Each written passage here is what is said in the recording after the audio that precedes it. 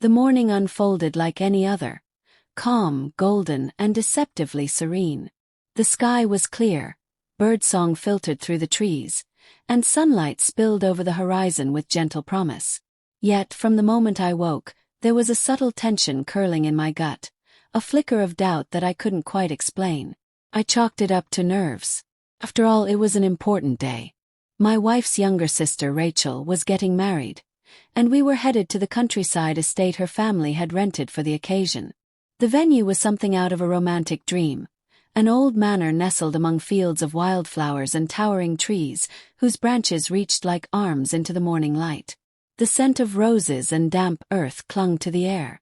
Everything shimmered with a kind of timeless charm. Guests moved through the gardens like flowing verses, women in silk gowns, men in sharp suits, laughter bubbling up in soft waves, mingling with a distant hum of live strings. My wife, Lila, looked breathtaking. She wore a deep red dress that hugged her frame with elegant precision, her dark hair tumbling in soft waves over her shoulders. She smiled easily, laughing with her family, slipping seamlessly into photos, leaning into me the way she always had. I smiled on cue, raised my glass during toasts, offered practiced warmth to strangers and in-laws alike, playing the role of the devoted husband without missing a beat. But beneath the surface, something inside me shifted. A quiet voice, not loud but persistent, whispered that something was off. No matter how I tried to bury that feeling beneath the joy of the day, it stayed with me, growing heavier by the hour. The ceremony itself was beautiful. Rachel walked down the aisle in a cloud of white and grace. Her vows, trembling but true, brought tears to nearly every eye in the garden. I clapped, I cheered, and I waited for the unease to fade. Didn't. The reception followed, held inside a grand ballroom glowing with candlelight and the soft rustle of jazz.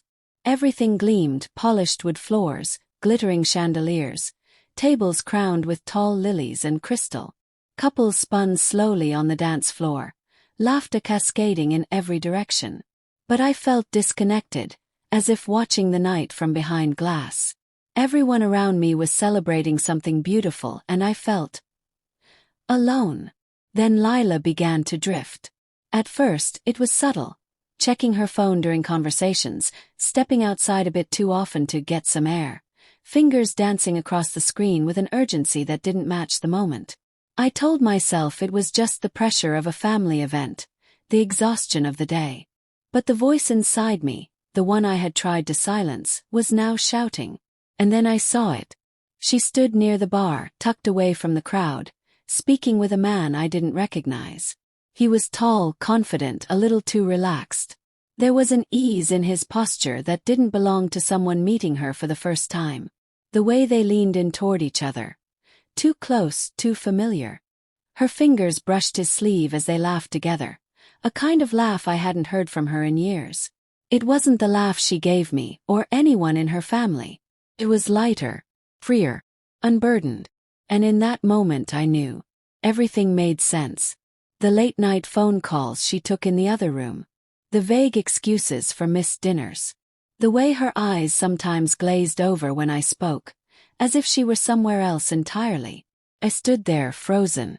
My heart pounded but my feet refused to move. I wanted to confront her, demand an explanation, shake the truth out of her. But I couldn't. I just watched. Then he leaned in. And she didn't pull away. The kiss was brief. But it was enough. Enough to gut me. I left without a word. The night air outside was colder than I remembered, sharp against my skin like it was trying to wake me up from a dream that had suddenly turned into a nightmare. The garden, once beautiful and alive, now felt like a stage set for a cruel play I hadn't agreed to be in. Called my best friend. I didn't say much. I just needed to hear a voice that still made sense. When I got home, I didn't rage. I didn't scream. I just packed a small bag, a few clothes, basic toiletries, a few keepsakes that still mattered. And then, with hands steadier than I expected, I sent her a message. 4 words. It's over. I'm done. No accusations. No explanations. Just the truth. I called. Texted. I didn't answer. I couldn't. I wouldn't. Days passed. Then one evening I heard a knock at the door. It was her. Lila stood there with red eyes and trembling hands, holding a bouquet of flowers like a peace offering. She was shaking, crying before she could even speak. Her voice cracked as she begged for forgiveness. She said it was a mistake, that she was confused, lost, that she only ever loved me. She said she didn't know why she did it, that it meant nothing. I listened to every word, even as each one landed like a knife. And when she was done, when the last excuse hung between us like fog, I looked her in the eyes and said quietly, "You didn't just betray me, Lila. You betrayed everything we built. Everyone who believed in us. Your sister. Your family. Me. And I can't forget that. I won't." She reached for me, desperate, but I didn't move. Some betrayals are too deep. Love can survive many things, but not when trust is dead.